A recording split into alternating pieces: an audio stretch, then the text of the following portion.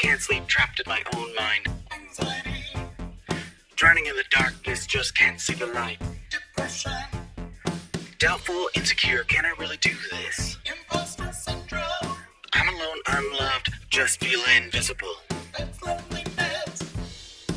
We're not therapists, but we need one.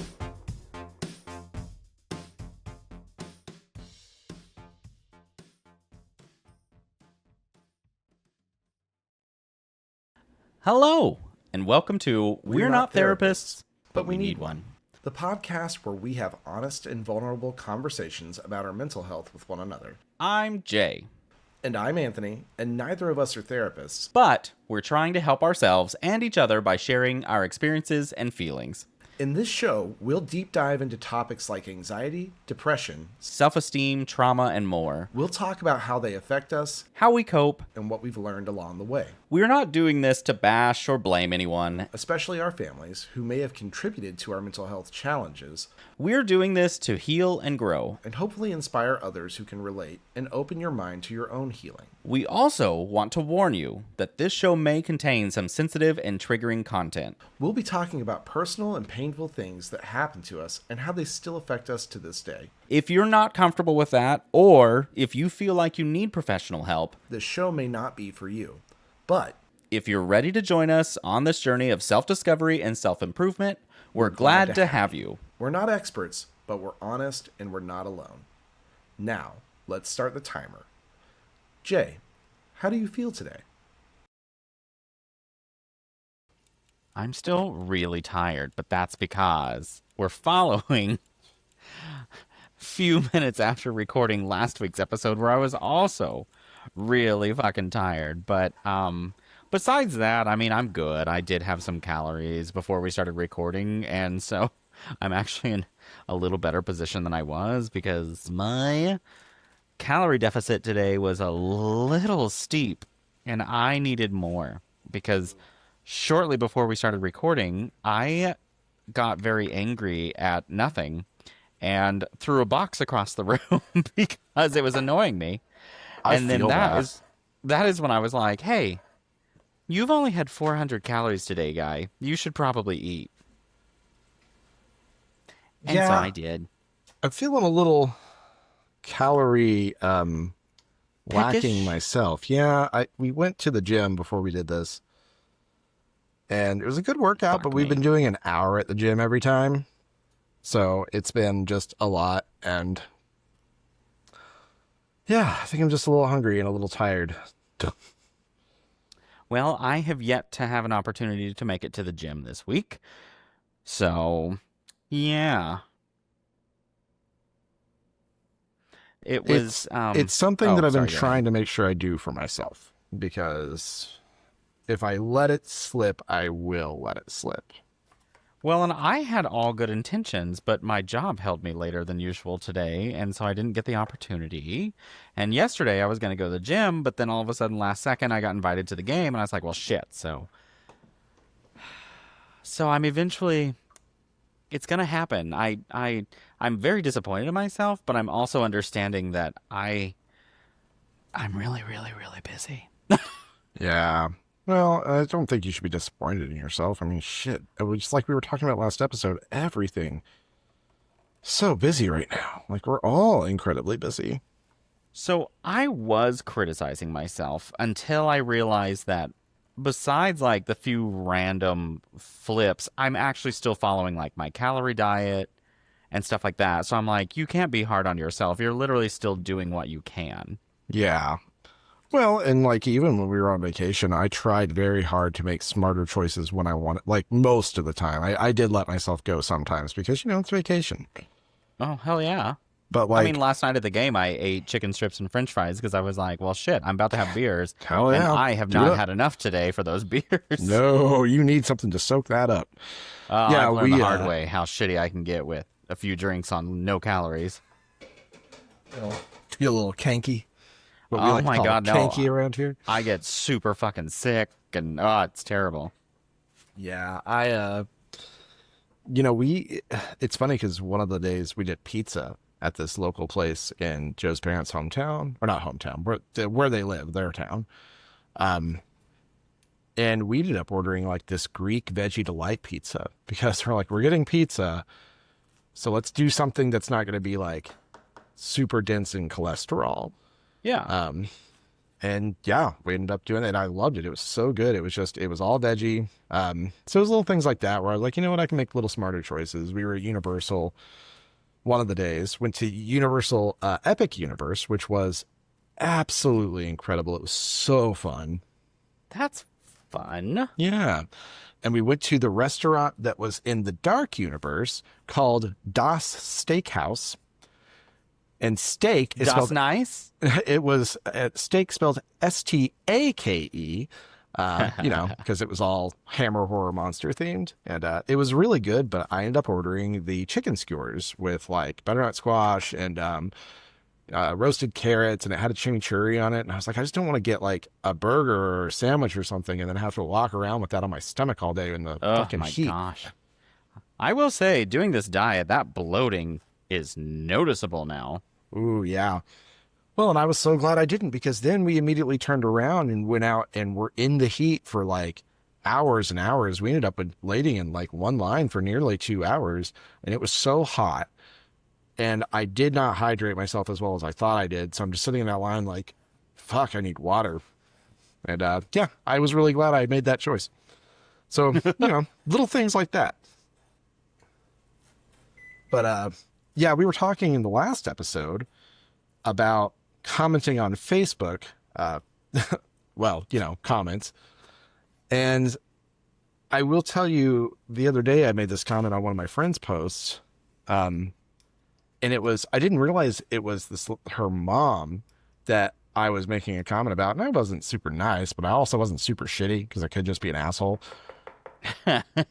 Jay, I was so shocked. It was immediately, not just defensive, but absolutely attacking me personally. It wasn't a conversation. It wasn't a, I believe this or I believe that. It was you're a fucking awful person because you're a dim and you're a fucking dim and you're going to be playing the fucking victim card all the fucking time. And I was like, whoa, hey, that's kind of a lot. And then both the person who had posted it and her sister, because I've known them since childhood, messaged me on Messenger and apologized for her because apparently she's gone off the deep end into really bad conspiracy theory territory. Ah, fun. I know. I was like, holy shit. I guess that just happens now. Yeah, that is what happened. I mean, whenever I was talking to my mom about the election right before, whenever I was like, how the hell could you do this? She went down this path that was just, I mean, it was almost, how do I explain it? It was almost like a rehearsed list of all of the sensationalized stories that they're used to. Yes. And so it was just this, well, here, blah, blah, blah. And it was a 5-minute rant. Mm-hmm. And then I let her go through the whole rant. And I said, all right, so now that you've gone through your rehearsed little spiel of all your problems that you feel, let's focus on one item. The economy. You said the economy's bad. What's so bad about it? And she talked about everything being expensive, taxes being high. And I said, all right, well, we're still on a Trump tax policy. And so, like, the moment I started really bringing facts to them, it basically like sent her into this tailspin where she had to just basically end the conversation because she couldn't handle it. Mm-hmm. That seems right. And I was like, you guys are just so wrapped up in your sensationalized stories that I can't even have a real conversation with you. Nobody can be logical. It's, something that has occurred to me recently is that a lot of people have a really hard time in capitalism finding meaning in life, because essentially we kind of work all our lives for other people.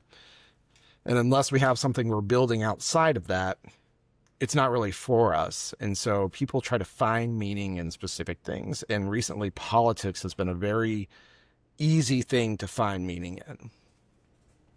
Right. And so I think when you're having those conversations, it gets a lot harder to have people concede anything because that's where they found their identity at. And they don't want that is an attack on their ego at that point and not just something they think, you know?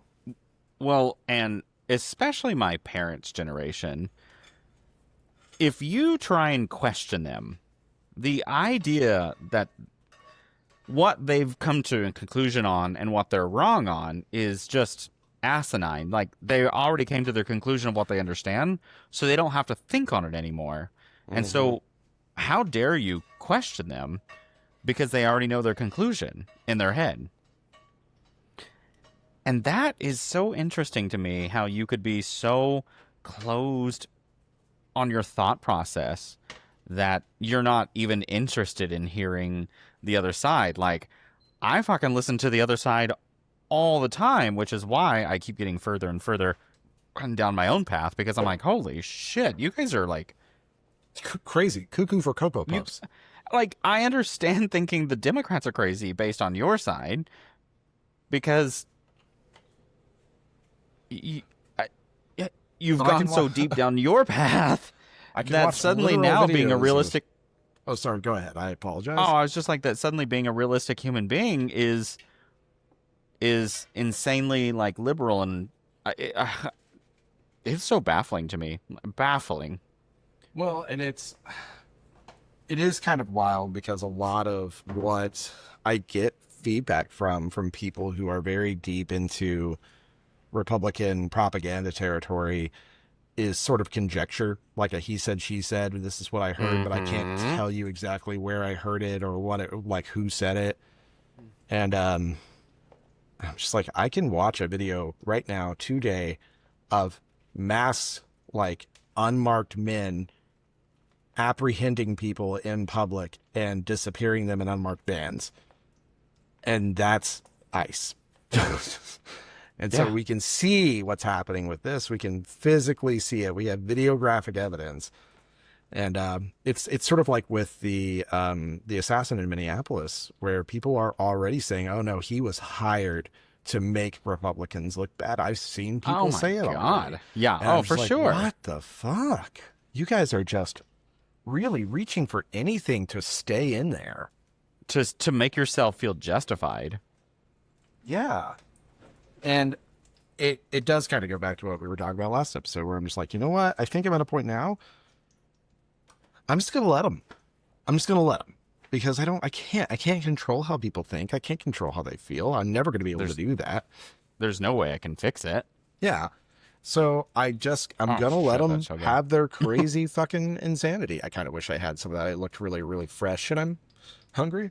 I was like, I don't know which camera's the better one. Actually, here, I'll use this camera that is now very portable. And that is my... There we go. How am I doing this? No, it looks good. I can see it. Is that there feta we there? go. Oh my God, I love feta. That is feta. Well, it's here's my veggies that came out so the exact same way they always do. Ow, that's hot. Yeah, this salad's definitely my fresh one that it's especially after it's like chilled and the flavors have blended really well. Oh, it's so good. Yeah, I love a pasta salad. And honestly, now that it's summertime, it's the perfect time for it. So in the summertime, I'm obsessed with pasta salads and chicken salad. Ooh, chicken salad sounds awesome. Because I don't do a pasta salad, my recipe at least, like I'll still make it, but my pasta salad recipe does not have like any sort of mayo mix in it or anything. It's a zesty Italian, so it's more of an oil-based pasta salad. And so it's a nice difference from like my chicken salad, which is a combination of mayo and Greek yogurt, things like that. Mm-hmm. And so they're nice contrasting dishes. And then I love having fresh fruit with stuff like that, and like cottage cheese. I don't know. At summertime, these are all the weird things I crave when it's hot out. I love the cold dishes, the cold sides. It just, it's so refreshing. Oh. Yeah, I really want to make tabbouleh salad soon because I just love tabbouleh so much. And I will never forget one of the first places I lived, our air conditioner sucked so bad. Whenever I was an adult, I lived with a couple of friends, and we just would make a shit ton of tabbouleh and put it in the fridge and eat this cold tabbouleh on crackers constantly to kind of keep cool in our own way. It's nostalgia and it's delicious. I totally get that. One of the other things that I also enjoy in my summertime is, what's it called? Summer sausage with cheese and crackers. Ooh, yeah. We used to do that. That's for sometimes dinner a when I was good dinner. kid. Yeah, I was like, it's so good. Which reminds me, I have a summer sausage I need to eat. God, I know we can't technically stop talking about food because we're cooking this whole time, but I'm so hungry. I know, I'm like starving, and like I wish this dish was cold already because it's so much better when it's chilled. Yeah, oh, by the way, speaking of food, one of the things I'm doing this summer to help manage myself is growing veggies in the garden again. And this year I'm growing squash for the first time. And, yeah. Look at you. Look This at that. is the second one that came in. And it's Look at nice that. and big. Yeah, I've got to get out there. Oh, man. There's Girthy. there's so many squash coming in, Jay. That plant is taking over my backyard. Oh. Well, you can be that little squash boy where you go into work and you're like, guys, I have so much squash. No, because I already promised my grandma and my niece that I'd give them any extra. Because they will just take it and slice it up and stand by the deep fryer, fry it, and then eat it right out of the deep fryer. I was about to say, fried squash is so good. It's really good. And as much as I would love to just eat a bunch of it, I'm trying to do it because it's a healthier veggie side. I was like, I do love like a grilled squash and zucchini. That's good. Ugh, sorry. No, you're fine. I decided to bring a stool out because I'm tired and lazy.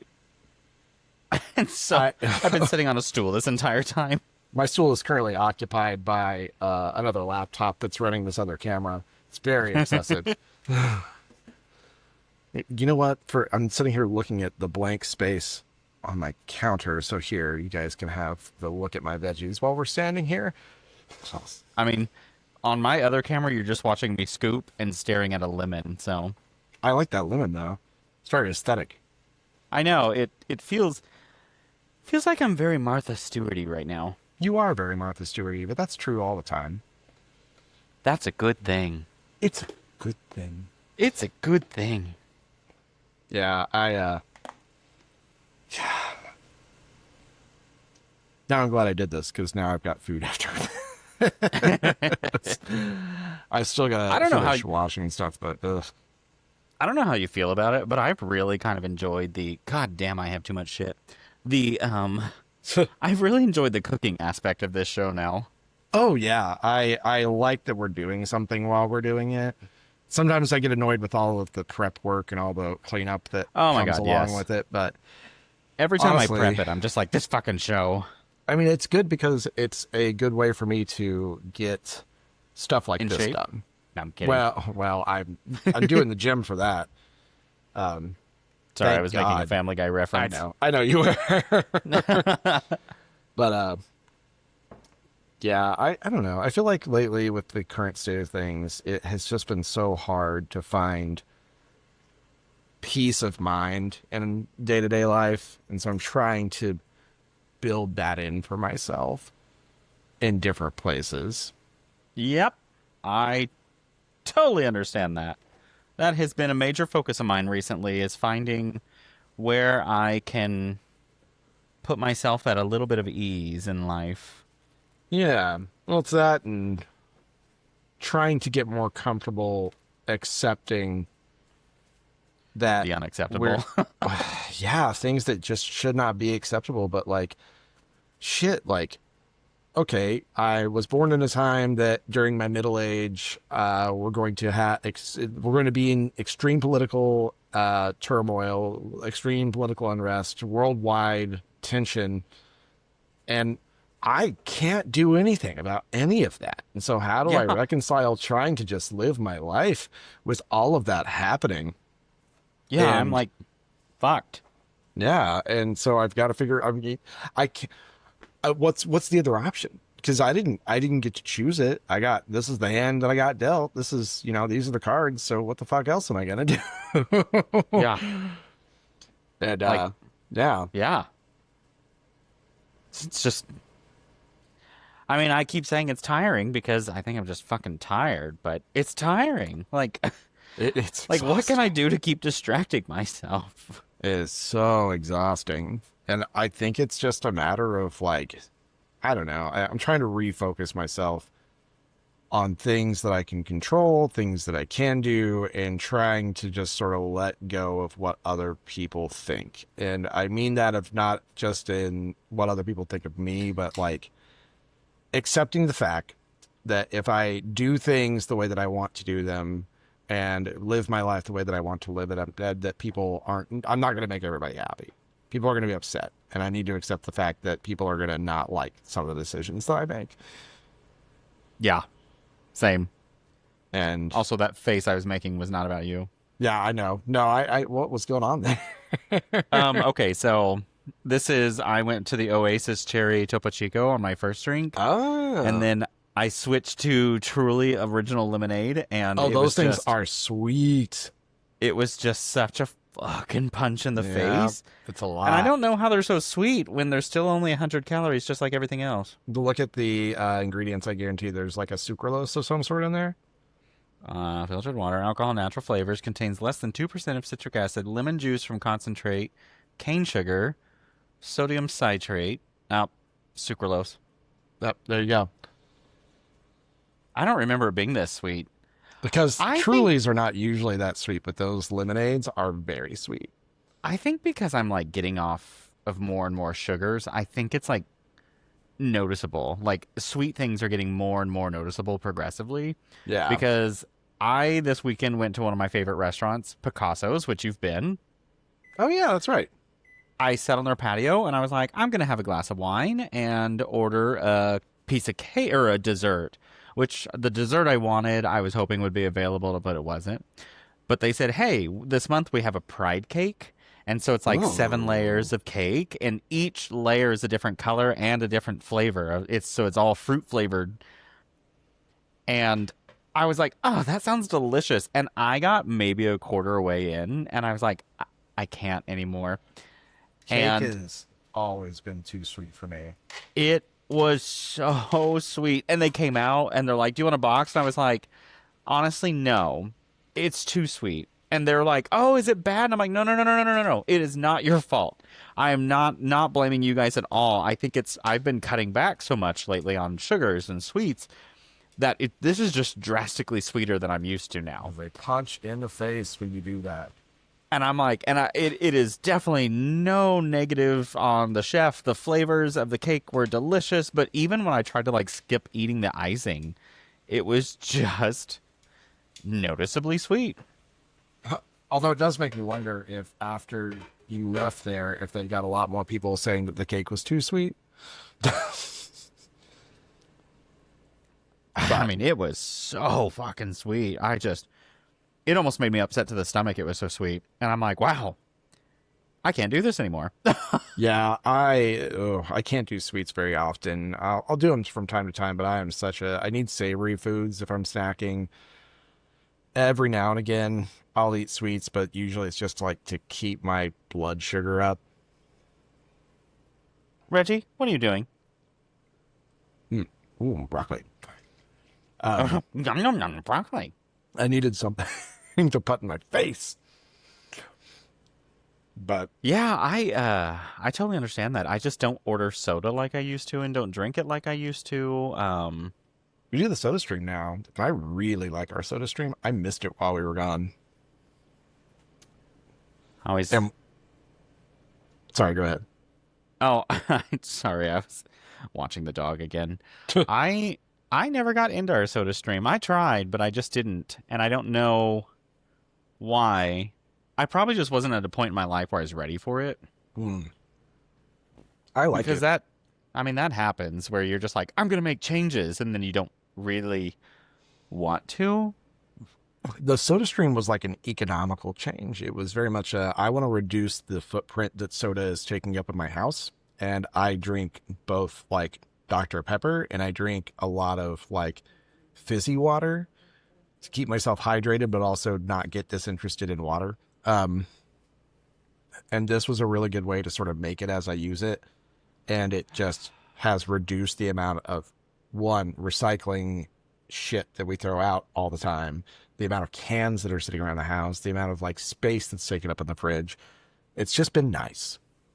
That just dawned on me. I also was not a sparkling water fan back then, and I think now I would probably love one, and I just kind of got rid of it when I got rid of my house, but I just didn't think of that. Motherfucker. Yep. I am such a big sparkling water person because I want to stay hydrated, and I drink it have a all the hard time time. just drinking water.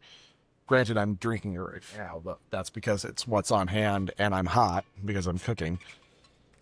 I mean, I've started drinking sparkling water all the time, especially at work, because one of the things we provide in our fridge is like San Pellegrino Zeros and Ollie Pops and stuff like that. And so, like, I'm just constantly drinking sparkling water now. San Pellegrino Zero?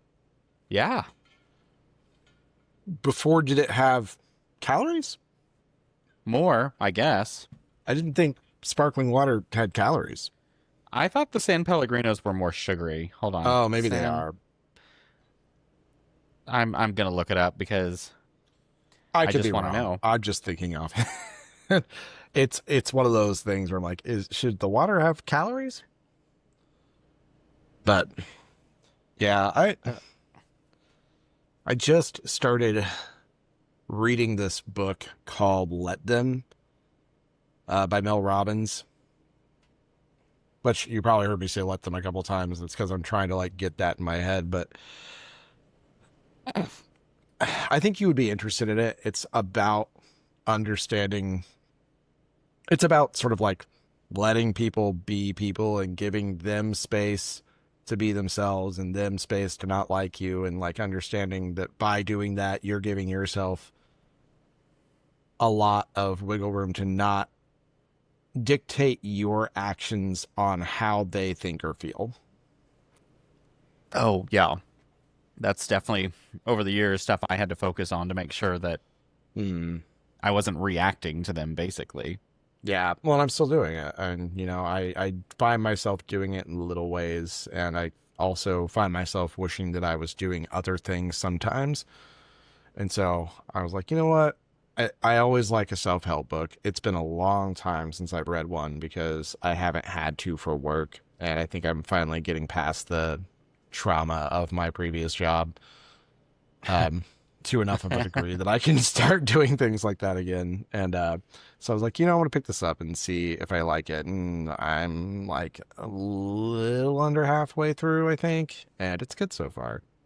It's funny that you brought up self-help book because last week during my solo 2 weeks ago during my solo recording, I talked about the Secure Love book, which was about attachment styles and things like that. Oh, yeah. Because the whole episode I kind of focused around attachment style, and I talked about like what helped me recognize it and improve on it so I'm not so anxious, and it also I talked about recommending that book and how I learned more about the difference between like chemistry and compatibility by listening to Jay Shetty's podcast. I like Jay Shetty a lot. And so it was all just it was kind of a collab of a bunch of information on what helped me start reflecting on myself more and finding a healthier boundary for my own life.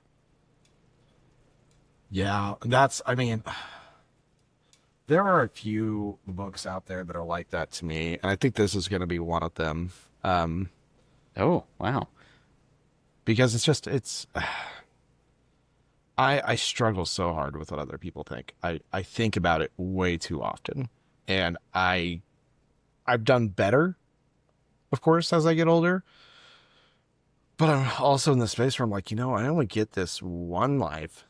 I am going to die one day, and I need to do what I can to start letting go of those things because they're not helping me. That was exactly what my cancer was that turning point to make me stop saying, well, what do I need to do to make people like me more? What do I need to do to make people think a specific way of me? It started going, wait, well, what do I need to do to feel happy? And that was really, really, really worth it because it's kind of where I started making all the stepping stones to make my life a little bit different. And where I feel now, which has been just a world of difference from who I was, especially 5 years ago, if not, and more.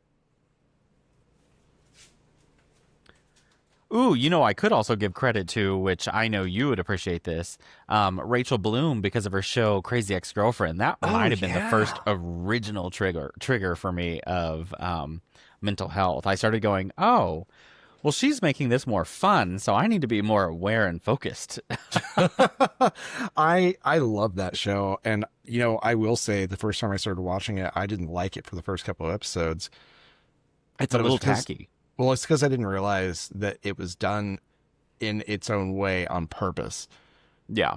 And so I don't like when I have to watch other people be in awkward situations because I have this like extreme empathy. So I feel awkward. Oof. And she makes it awkward in those first 2 episodes.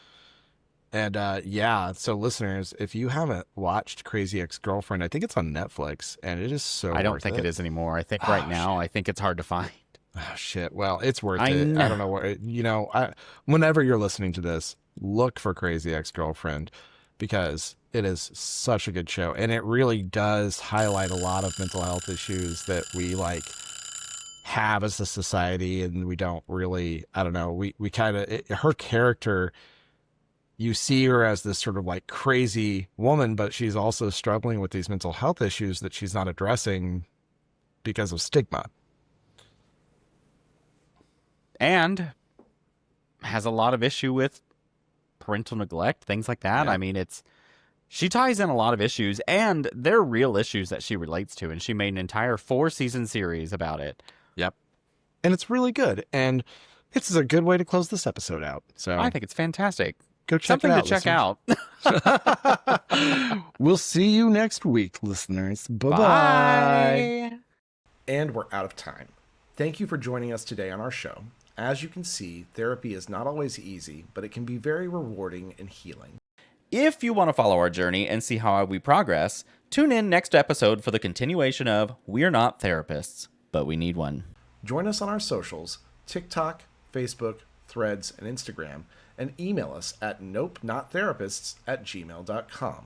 That's NOPENOTTHERAPISTS@gmail.com.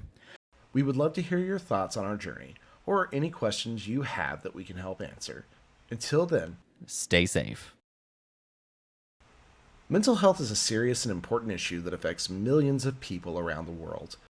If you or someone you know is struggling with depression, anxiety, trauma, or have any other mental health conditions, you're not alone, and there is help available. You don't have to suffer in silence or feel ashamed of your feelings. There are many resources and support networks that can help you cope and heal. Here are just a few. The Crisis Text Line, which is a 24/7 service that connects you to trained crisis counselors who can help you with any type of emotional crisis. You can text HOME to 741-741 in the US or Canada, or 85258 in the UK, or 50808 in Ireland. You can also visit crisistextline.org for more information. The National Suicide Prevention Lifeline, which is a 24/7 service that provides free and confidential support for people in distress, as well as prevention and crisis resources. You can call them at 1-800-273-8255 or chat online at suicidepreventionlifeline.org. The Headspace app, which is a meditation and mindfulness app that can help you reduce stress, improve your mood, and enhance your well-being. The app offers guided meditations, breathing exercises, sleep sounds, and other tools that can help you relax and cope with your emotions. You can download the app for free and try it for 10 days or subscribe for unlimited access to all features. You can find the app on the App Store or Google Play or visit headspace.com for more information. These are just some of the resources that we have found helpful, but there are many more out there that can suit your needs or preferences.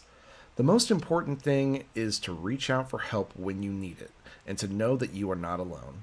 Mental health is not a weakness, but a strength, and taking care of it is one of the best things you can do for yourself and your loved ones. Until next time,